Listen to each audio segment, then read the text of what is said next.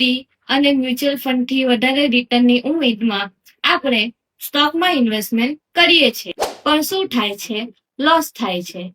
SEBI warning પણ આપે છે કે 10માંથી 9 લોકો લોસ કરે છે. પણ આપણે જ્યારે બીમાર થઈએ છીએ ત્યારે ડોક્ટરની સલાહ લઈએ છીએ. મકાન બનાવવાનું હોય ત્યારે એન્જિનિયરની સલાહ લઈએ છીએ. પણ જ્યારે ઇન્વેસ્ટમેન્ટની બાબત આવે ત્યારે અડધી ટ્રીપ પર ઇન્વેસ્ટમેન્ટ કરી લઈએ છીએ અને તેના પર વિશ્વાસ કરી લઈએ છીએ. ફ્રેન્ડે કહ્યું, રિલેટિવે કહ્યું, પરંતુ જ્યારે લોસ થાય છે ત્યારે કોઈ નથી સાંભળતું. સાચું શું છે? રિયલમાં ઇન્વેસ્ટમેન્ટ એ લાઈફનું સૌથી ઇમ્પોર્ટન્ટ ડિસિઝન છે. તેથી સેબી રજિસ્ટર્ડ એડવાઇઝર દ્વારા કે ડિસ્ટ્રીબ્યુટર દ્વારા ઇન્વેસ્ટમેન્ટ કરવું જોઈએ કે જે સમજાવે છે કે કયું ફંડ સારું છે અને તેમાં કેટલું અને કેવી રીતે ઇન્વેસ્ટમેન્ટ કરવું જોઈએ.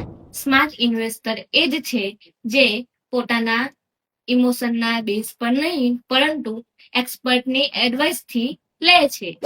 તેથી સ્માર્ટ ઇન્વેસ્ટર બનો અને વધારાની ટીપ જોઈતી હોય તો અમારો સંપર્ક કરો.